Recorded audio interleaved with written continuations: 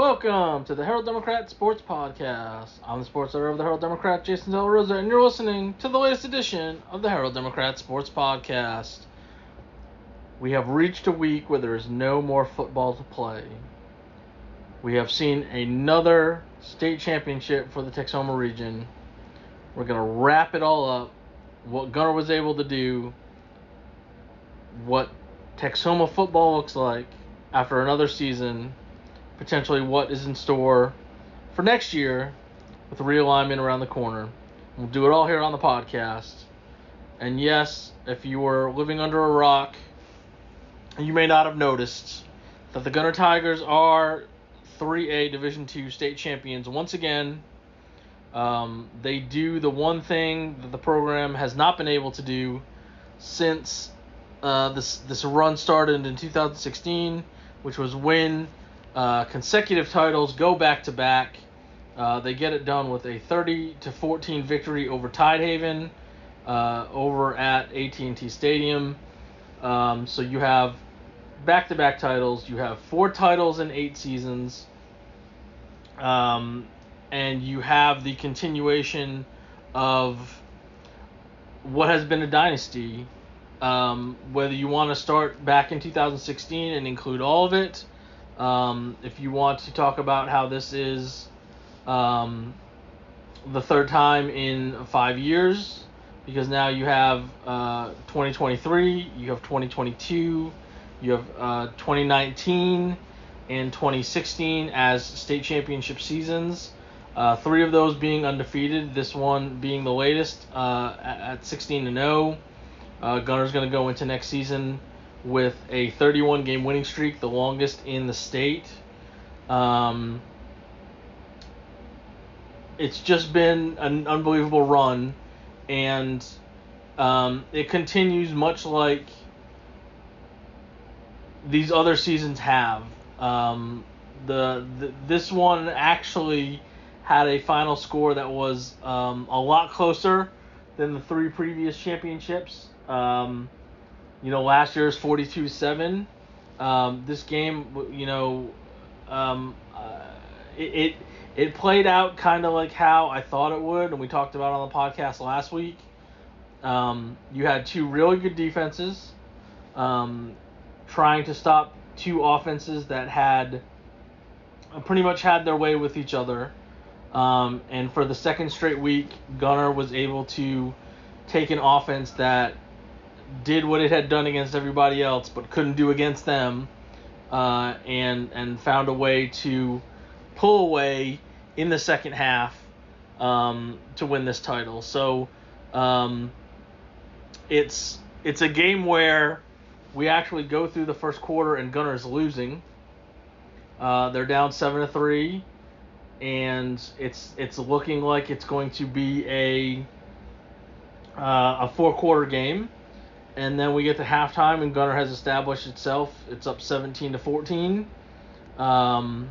And at this point, you say it's 17-14, and that's close. And on the scoreboard, yes, it is. But for those who either were there or watched on TV, know, in seeing every snap, Tidehaven was in this game because of 2 plays. One was a 43-yard run on its first touchdown drive, and then there was a 61-yard touchdown run by Joseph Dodds, who we said is the Tidehaven running back that's going to Baylor, 3-star athlete, top one of the top running backs in the country, top 50, that sort of thing. There's a lot of running backs in the country, so to be top 50, you're pretty good. And he lived up to the hype on those plays. He finished with 22 carries for 166 yards, added 3 catches for 23 yards, scored both of Tidehaven's touchdowns. The first one on an 11-yard catch on 3rd and goal, and then the 61-yard touchdown run late in the second quarter to make it 17-14 at halftime after Gunter was up 17-7. But outside of those runs, not just in the first half, but for the whole game, Tidehaven did very little against the Gunter defense. Now, you can say, well, you can't take those plays away because they happened, and I understand that. But if you run for 153 yards and 104 of it comes on 2 plays, that means the other 31 carries only gained 50 something yards. It was not a very consistent Tidehaven offense. You could tell that some of the stuff that had worked against other people was not working here, especially with their quarterback as a runner. And in the passing game, again, you can say, things happen, things don't happen. Tidehaven hurt themselves. There were some drops. There were some key drops. The only turnover was an interception, which we'll talk about in a second. We praise the Gunter defense. And so it did not feel like some of these other games that Gunter has been in that they've lost in a championship game.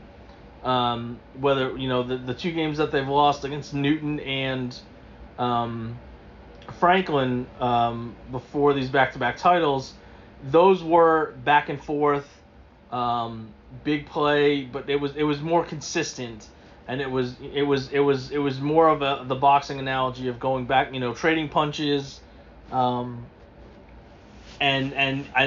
you really didn't get that sense, and you kind of look at those plays and you kind of say, well, obviously if it's not for that, Tidehaven doesn't even score, but that really proved true in the second half.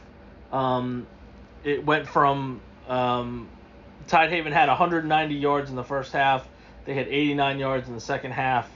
The big plays were non-existent, and I have said since the beginning of this 8-year run, if you can't pass against Gunter, you are not going to win unless you have multiple Division I athletes.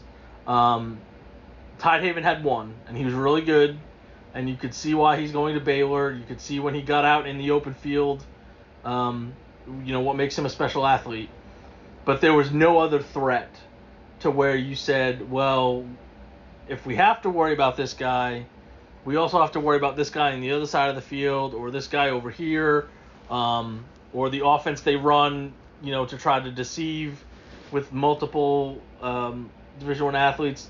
The games that Gunter has lost for a championship, the other team is a running team, but they have had, they have multiple guys going to the Big 12. They have multiple guys going to major Division I colleges. The games that they've played, when you look at when they played bowling for the first championship, and they played an athlete who's going to Alabama. They shut that team down. Again, in this game, outside of 2 plays, shut down a player going to the Big 12. If you don't have multiple athletes, Gunter will find a way to slow that guy down, and it did, and it may have taken until halftime to do that, because at one point in the second half, I think he had, I think he ended up with 9 carries or 16 carries for 9 yards was what it ended up being in the second half. So he didn't have any help, and the people that haven't beaten Gunter in championship games, it's because there's not multiple weapons to deal with. And to be fair, to give major credit to the Gunter defense, the people that have followed them for the whole season know this is the season out of all of these in this run where injuries have been a major factor. Gunter, for the most part, has been extremely lucky when you're playing, 6 or 5 extra games every season, and that's more opportunities for people to get hurt, that they've been relatively healthy, especially when it comes down to the big games. towards the end of the season, whether that's championship game, semifinals, region final, all that sort of stuff. And for whatever reason this year, the injury bug crawled in and didn't want to leave. And you look at this defense, and just coming into this game, not looking at the semifinals and other rounds, because some of those guys have missed multiple games. Some of the guys have missed more than half the season, 2/3 of the season. But just coming into this game, if you would have said at the beginning of the season, "Hey Gunter, you're going to go back to the championship game and you're expected to," what's your starting defense? Here's my 11, and out of that 11, especially in the secondary, you're missing 3 guys: Cade Dodson, Mitchell Gage, Colin Peacock. Probably when all said and done, 3 Division I athletes. Dodson's going to Oklahoma for baseball. Peacock has major Division I offers, including from Oklahoma, Baylor, places like that. So he's of that caliber. Mitchell Gage probably going to be, if not borderline, he has the speed and athletic ability potentially to be in that mold, if not a major Division I, a lower Division I level. Those 3 guys not available. None of them were available last week against Canadian. Dodson got hurt against Jacksboro, and those are the 2 best passing teams probably that they were going to play. They survived that, and then you get into this game, and you get to the second drive of the game, and Braden Hinton gets hurt, and he's your everything on the defensive line. To say nothing of what these guys would have contributed on offense, because they all had contributed on offense until they got hurt. Braden Hinton goes down, leg injury, doesn't return. That's on the second drive, or what ends up being Tidehaven's first touchdown possession. So you lose him, and then on the next drive, at defensive tackle, you use Carter Layton.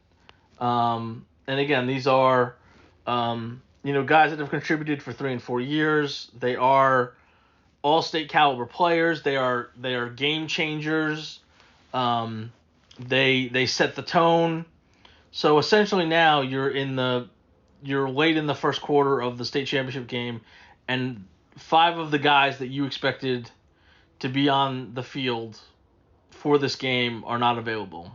And 2 of them, you spent the week practicing and planning and to use them to stop a talent like Joseph Dodds, and now all that's thrown out the window. So for Gunter to do what it did in the second half, holding them Tidehaven to 89 yards, to finish this game with 279 total yards after giving up 190 in the first half is phenomenal. And if you didn't know, and I'm sure there were some people who didn't know, if you watched that defense and said, "Man, that defense is really good.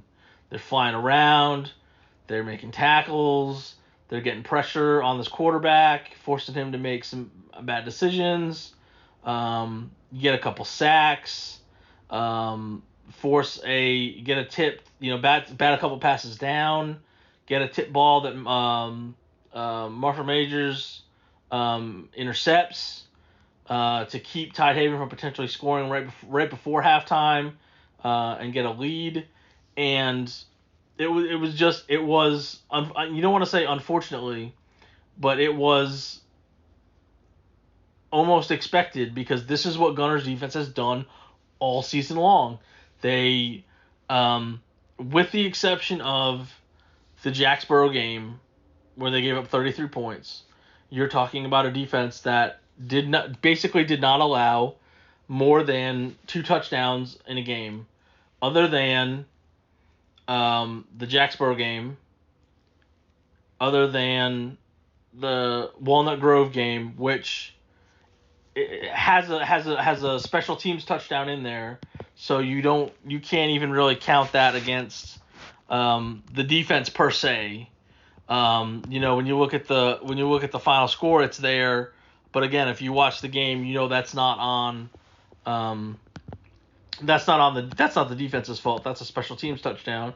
So in that game, they essentially gave up 17 points with from the defense, and that's it.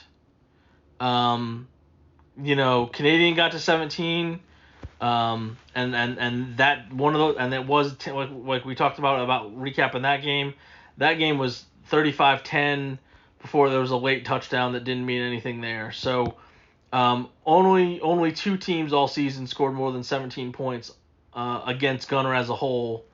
And one of them was a team that would have been a 5A Division II team.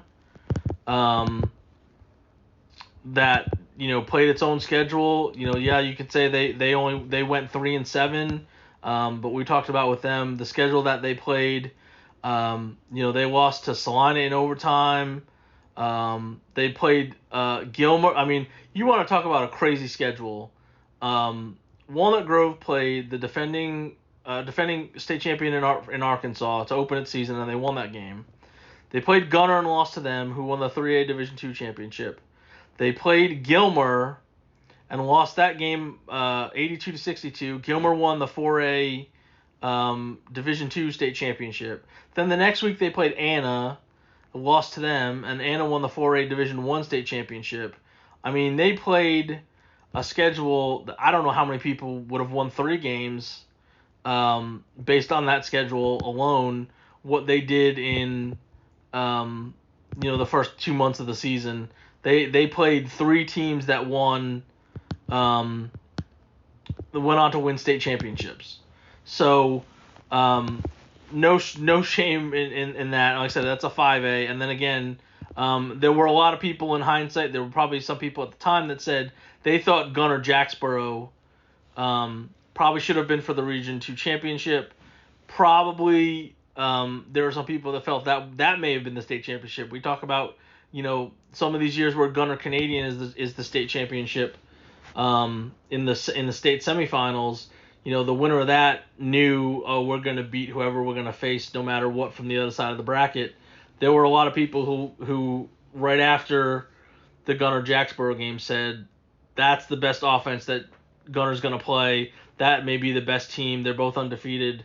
That could have easily been a state championship caliber matchup right there. So the defense just was outstanding all season, and they really turned it up a notch, which you can say about what they've done in their title games. They have shut down the opponent all 4 times, and it doesn't matter who's out there.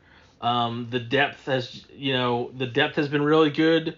Especially when we're talking about you're losing multiple guys in the secondary, multiple guys on the defensive line, to where you're moving bodies and rotating, and how does that affect what people are going to do offensively?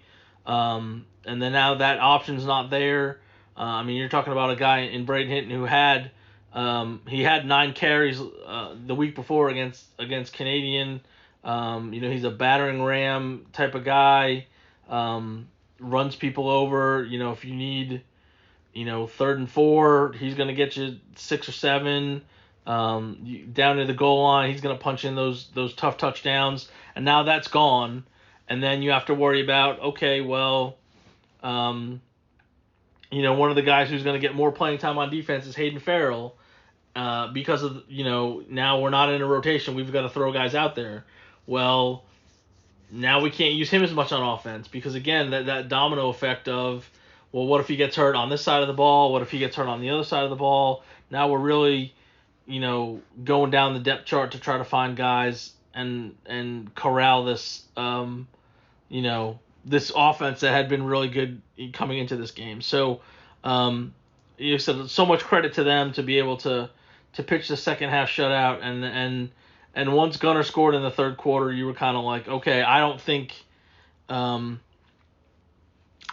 can overcome a 10-point deficit, and they were never really close. And to talk about this offense, it is statistically one of the best offenses in Texas high school history, regardless of classification. They were able to get to the 900-point milestone, which is something that only 7 other teams have done. They finished with 903 points, which is good for 6th all-time, regardless of the classification. That is rarefied air. That is averaging just under 60 points a game for an entire season. And much like all the other teams that are up here, you're talking about, some of the best programs going. So it's no surprise that Gunter's on this list. But then you start talking about the teams that are in front of them are Aledo has won the most championships. Gilmer added to their, I think the one they won this year was number 4 for them as well. Franklin, in the year that the team that beat Gunter, 2 years ago in 2021, that team is just ahead of them with 911 points, and everybody saw how good that offense was. To score 49 points on Gunter says a lot. Austin Westlake obviously has tradition. Refugio. These are the best of the best. And when you talk about the teams that just missed, the 2018 team at Mart was 5 points shy of getting there. Brock from 2015 was a couple touchdowns short of that. Like I said, you have to be a really good team, and obviously all of these are in 16-game seasons because you need to play that many games to get to 900 points because that's a crazy number. So it's one of the best offenses that we've seen, not just this year, not just from Gunter, but among the best all time. And so obviously you expect big things. They've been, no one has really stopped them coming into this game. Their lowest point total was 35. So basically, Tidehaven comes in saying, okay, this team scores at least 5 touchdowns a game. How are we going to slow that down? And they actually did a halfway decent job to hold Gunter to 30, which was a season low, to only lose by 16 points, which was the closest game that Gunter has played. So it's sort of fitting that it took the state championship game and the best team, the other best team in 3A Division II to make that happen. But again, you just kind of knew at some point that Gunter was going to put it together because that's what they've done. And of course, leading the way, Walker Overman, 24 carries, 172 yards, and a touchdown. He also was 10 of 15 passing for 149 yards and a touchdown as well. Brock Body, 23 carries for 74 yards and 2 touchdowns. Cannon Lemberg leads the way receiving, 5 catches for 99 yards and a score. And Preston Tarpley kicked a 27-yard field goal to round out the scoring there. And it was very apparent early on that much like Canadian last week, they wanted to try to stop Walker Overman from a running standpoint, and they were not able to do that. And you kind of get the sense that Tidehaven was going to be the same way, and they did. And I know you look at the final numbers, you say, well, he ran for almost 200 yards, and so they really didn't do a good job of stopping him. And I would say not so fast, because where Walker Overman is at his most dangerous is on scrambles. they did about as good a job as you can when it was, hey, this play is a QB keeper. This is going to be a run, and we're just going to get, we're going to get him going and pick a hole and find the lane and get after it. They did a really good job of slowing that down. What killed them for the most part is dropping back to pass, letting him look around. Oh, there's nothing here. I'm just going to go to this space where there was nobody and take off running. And that's where it really hurt them, was that they got hurt when he improvises, and that is what Walker Overman does. I mean, yes, he runs a really good offense and he makes really good decisions. But when you put him out there and say, "Hey, go make a play," he's going to go make a play. He's going to make a guy miss. He's going to duck around this guy. You're going to not see him for a minute because he's so small. And he's going to get behind an offensive lineman and come around the other side. And you're going to go, where did that guy come? Where did he come from? And the next thing you know, he's by you. And that's what I thought really hurt Tidehaven, is that you can't simulate that. You can't plan for that because he doesn't know where he's going to go until it happens. So for the most part, I thought on the stuff that they knew was coming in terms of quarterback runs, I thought they did a halfway decent job. But again, you give a guy like that 24 carries, counting in the scrambles and stuff, he's going to beat you on a handful of them, if not more, and that's what happened there. You got some tough running, especially around the goal line from Brock Body. Again, the second week in a row where he was sort of able to get in a rhythm. It's I'm sure, if you're a running back, you always want to touch the ball, and he's been in some situations, much like everybody on this offense, of, there's some games if you get more than a handful of touches, you probably consider yourself lucky because the game's already out of hand. But you could see the last couple games specifically, why he was the main guy in the backfield to go with Overman.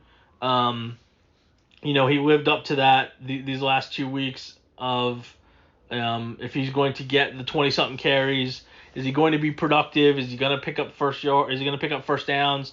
Is he going to be able to, when you get around the goal line, you give it to him? Is he going to get in? He did that on two short runs to turn that 7-3 lead into 7-3 deficit into a 17-7 lead. And then we've talked about in the passing game, obviously with the injuries that happened along the way, specifically to Gage and Peacock, but also to Hayden Ripamonte, who was also a starting receiver, went down with an injury as well during district. That you look at the passing game early on, there was a lot more options, a lot more throwing. Obviously, it still says a lot about the depth of the position, but it has not been as explosive in the passing game, since those guys have gone out, compared to what it was at the beginning, because you had threats that you had to cover all over the field, and you couldn't double people, you had to worry about literally everybody that went out for a pass. And one of the constants all season has been Cannon Lemberg. Leading the way in this one, 5 catches for the 99 yards. Like I said, 68 of that comes on a touchdown in the third quarter. And you see that and you think a couple things. One, if you saw Gunter for about the first 5 or 6 weeks, it was a lot of short screens and stuff, and guys would do a lot of the work, or it would be deep throws hitting guys in stride. This was all Lemberg. This was a throw to the right side, just trying to get a first down. Guys playing off. You run a little hitch route. You go down about 7 yards, turn around, catch the ball, and then go to make a move. And I talked to Cannon after the game, to take me through this touchdown, because it was, a 7 or 8 yard throw that turned into a 68-yard touchdown. And he said, watching the film, the way that their corners play certain routes in certain situations, that, if he was going to run this route, they would kind of assume he's trying to get a first down, get out of bounds. It's more towards the sideline, than it is towards the middle of the field.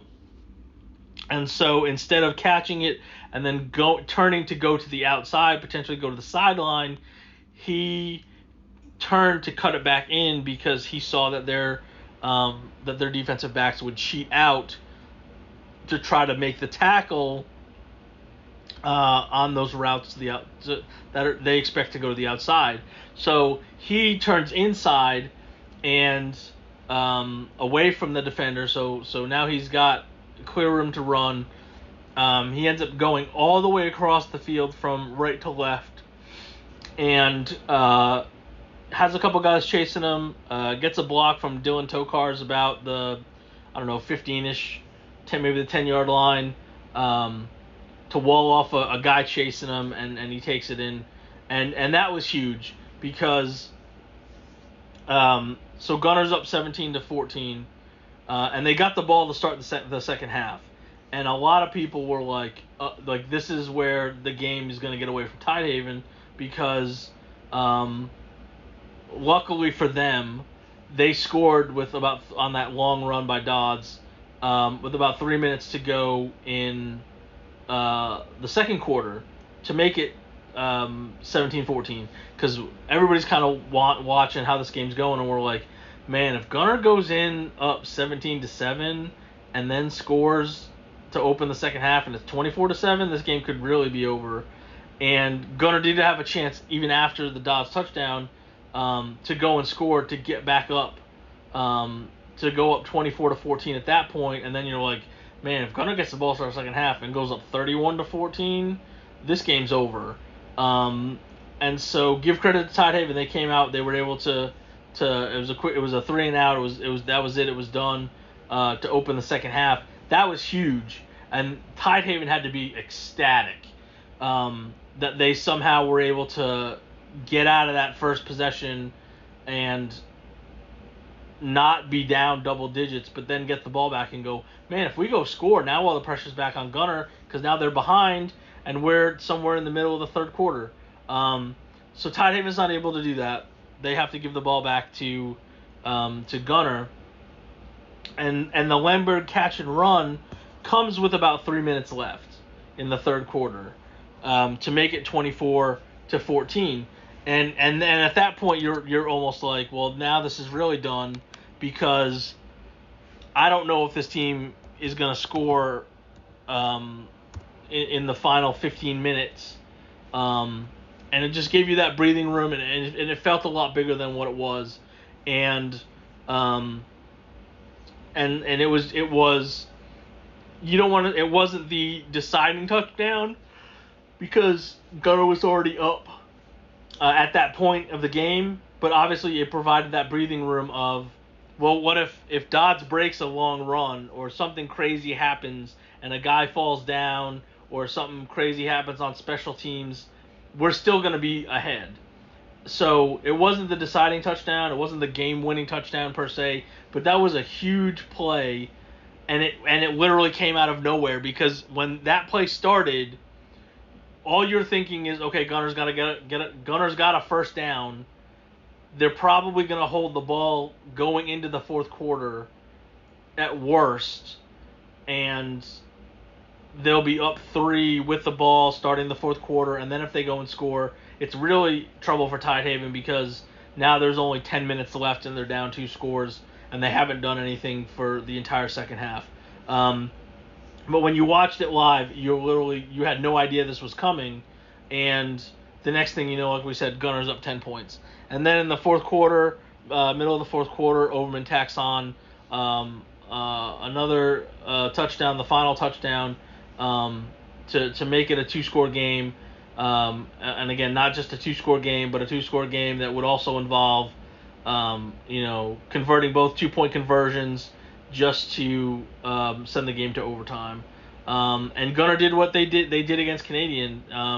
They grinded out. They got a lead, and they said, we're just going to run the ball and get out of here with a win, and keep you at arm's length. And they did that again this week. 51 carries for 264 yards. Like I mentioned, with Overman throwing for 149 yards. And like I said, outside of the Lemberg catch and run, none of these other passes or catches were huge in terms of yardage. There's not another 37-yarder to this guy or whatever. But they were all crucial. And they may have said Colson Wood had 1 catch for 10 yards. And you say, oh, 1 catch for 10 yards. Okay. Well, it helped set up Preston Tarpley's field goal. Great catch at the sideline. They put it under review because it was so close. He dragged both feet. It was a really great play, and that was his only catch. And you look at the box score and you see 1 for 10, and if that 27-yard field goal is a 37-yard field goal, does it get made? I don't know. But it didn't have to be because he made a catch on the one play that he had to make. Lemberg himself, I said to not to downplay some of the other catches he made. He had 2 really great catches along the sideline that you wonder, one, how the ball got there, because it looked like a defender was going to pick it off and it somehow got past him. And he's right at the sidelines, and he's got to find a way to stay in bounds and make the catch, and he did that as well. So you may be Dylan Tokars and have 2 catches for 19 yards, and you may be Jace Martin who had 2 catches for 21 yards. But they were all pretty important catches, even though they weren't the sort of the back-breaking plays that like Lemberg had. So it was what you would have expected from a Gunter offense. It was what you would have expected from a Gunter defense, and it led to a championship. I will say Tidehaven, they did a good job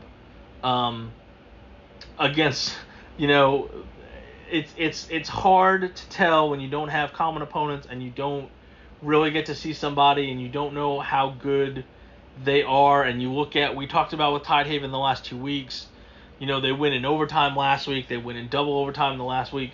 Does that mean they're lucky? Are they a team of destiny? You don't know.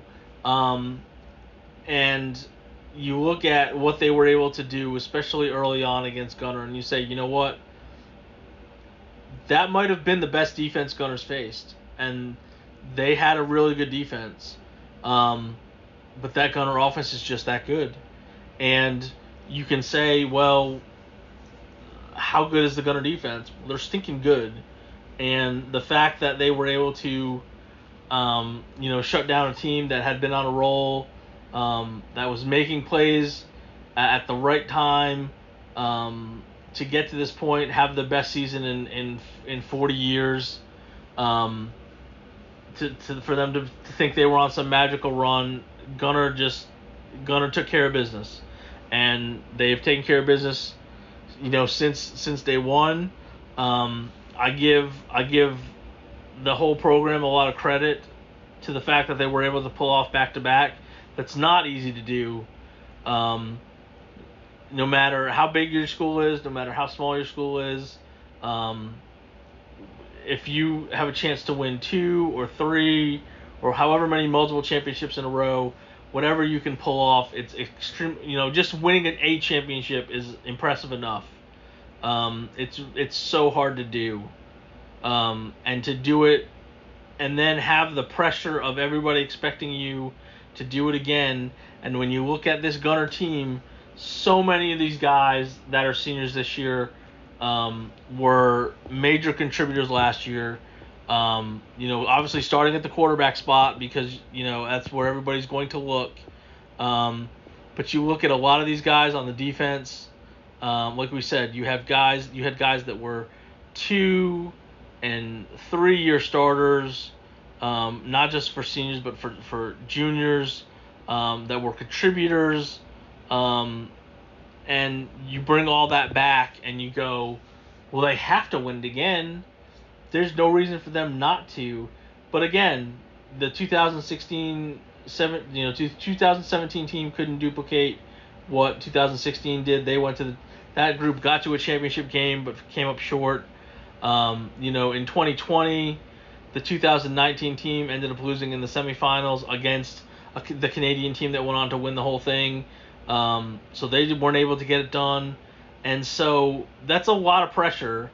And I wanted to see it at least once just because I feel like if they had gone, if they had won it this next year, it doesn't make it any less of an accomplishment, but it just would seem weird that Gunter's going to go on this 10-year run in 3A Division II because they're going to be down here for 2 more years that we know of, and at that point they're probably going to move up into Division I. That it would look weird if they didn't win 2 in a row. Now they've got a chance to win 3 in a row, and that's obviously some great motivation to, again, for these guys that were that are going to be seniors that have been contributors for their sophomore and junior year to be able to try to get 3. And if it happens, great. And if it doesn't happen, they'll try again in 2025 because that's what this group does. And that's where they are at this point for the program. But it would have looked weird if you would have had this decade of making the state semifinals at least every year type of thing, and not have a back-to-back championship in there. It just I don't know if it would have. I don't want to say it wouldn't have felt right, but it would have been the thing people would have pointed at and said, yeah, but I mean, look at all the talent. They couldn't win 2 in a row. So obviously that's taken care of. And obviously they're going to probably be the favorite to repeat. Yes, there are going to be holes to fill. There have been holes to fill ever since this thing started in 2016. And the one thing that you can count on, at least so far, is Gunter will find the replacements in the holes that need to be filled. They had a stretch at the beginning where it was a different quarterback every year. It didn't matter that the guy was a senior starter and that was it. And the next guy stepped in when he was a senior and then handed the baton to the next guy. Obviously, the last half of this run has been sort of spoiled with Hut Graham and with Walker Overman being multiple year starters. But they're going to have guys back. There's going to be guys that are healthy that are going to be contributing again. And like I said, it's going to be interesting to see what the schedule looks like. Obviously, it's going to be the odds are the district is going to stay the same or pretty close to it. The mock realignment districts have some tweaks to it, but for the most part, it's probably going to be the same district with a lot of the same faces. The question is, what is the region going to look like? And honestly, if you want to, we can talk about these things because they're out there. Gunter has won 31 games in a row, and the question is probably going to be, how long is that streak going to last? And who they play in non-district that's going to be a factor. They have trouble finding people that want to play them. The last couple of years have been very obvious in that fact. I don't think Brock is going to be an option any longer. Brock's moving up to 4A in this next realignment, so I don't know if that's a series that's going to continue. I don't know if they're gonna have to settle for some of these bigger schools just to fill out a schedule.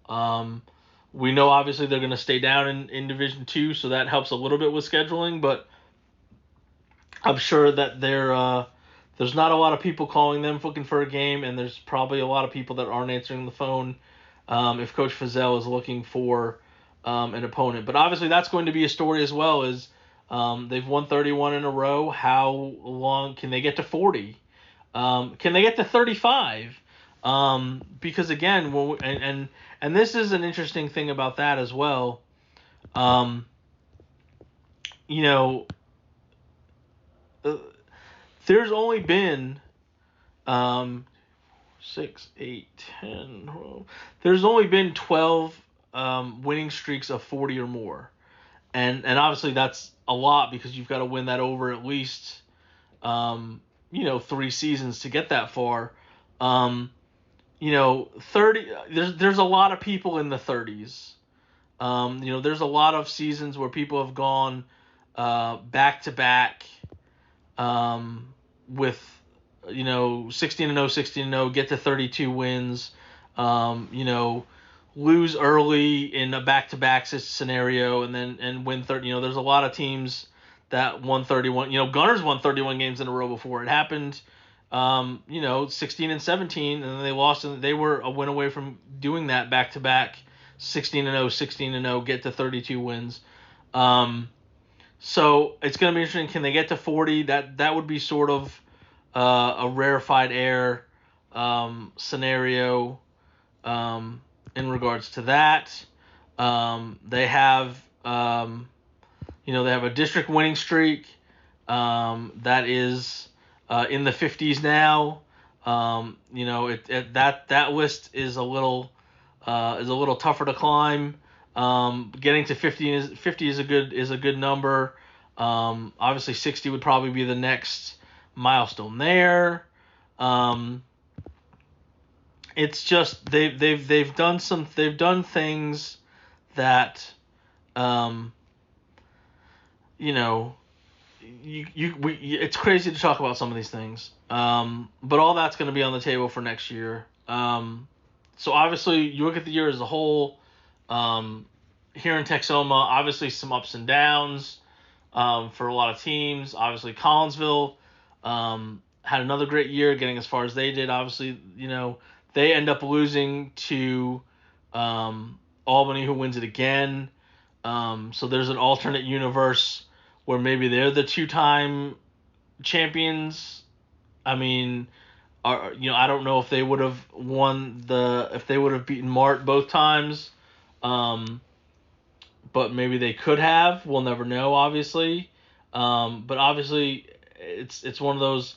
Is it a tough pill to swallow because you lost to the best team both years?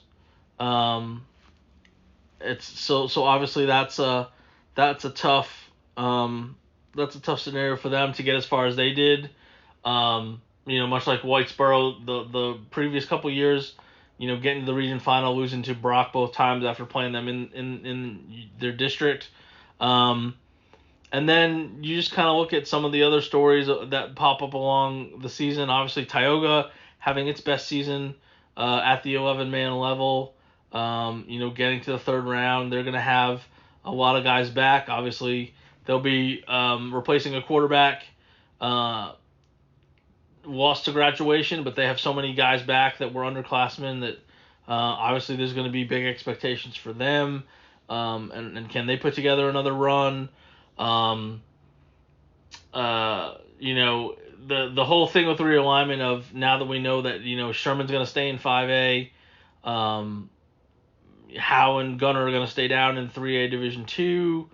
Nobody's moving from 2A to 3A or 4A to 3. There's not a whole lot of changes. The only question is going to be what do the districts look like? What do the brackets end up looking like? Does somebody get moved into a region that we didn't expect? That sort of thing. And so we'll have to see what happens. But with that in February, and we'll kind of do a little more in depth on that.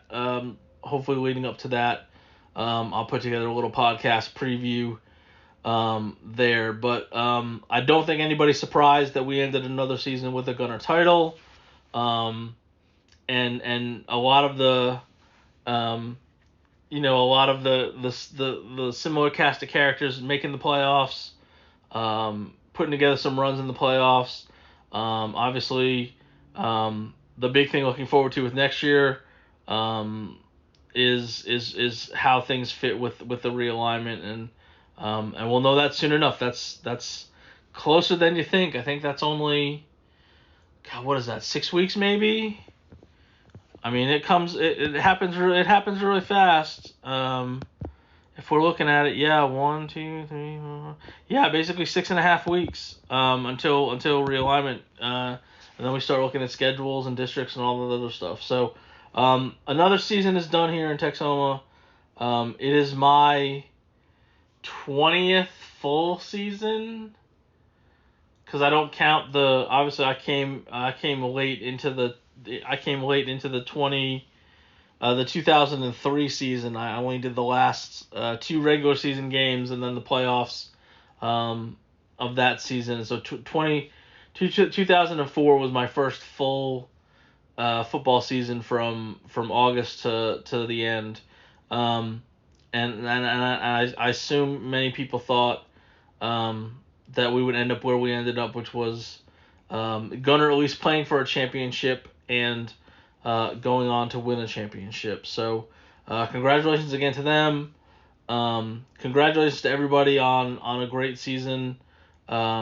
Just in general, there's always interesting stories. We try to tell them here on the podcast, in the paper. Try to get to as many games as we can. I thank all the people who help out along the way. That includes photographers, writers, people at other papers that help out in getting stuff together. Obviously coaches, and when I ask for stuff, when I need stuff, they do a great job getting me stats and stuff so that we can tell all these stories and promote all the good stuff that's going on here in Texoma when it comes to football and every other sport, because obviously I am just one man trying to do the best I can with 14 schools to cover here in Grayson County. So it's always good to get that help, whether it's from football, volleyball, and stuff in the fall, all the way going into baseball and all the sports in the spring. It can get pretty hectic and there's a lot going on, and so I appreciate all the help I get. Trying to go from the first week of August until whenever the last baseball and softball teams lose, which is usually right around state tournament time for both of them. So that usually goes into maybe the first full week of June. So again, I appreciate everybody that listens to this podcast. Again, follow me on our social media. At Jason De La Rosa is the Twitter/X handle. You get plenty of information there.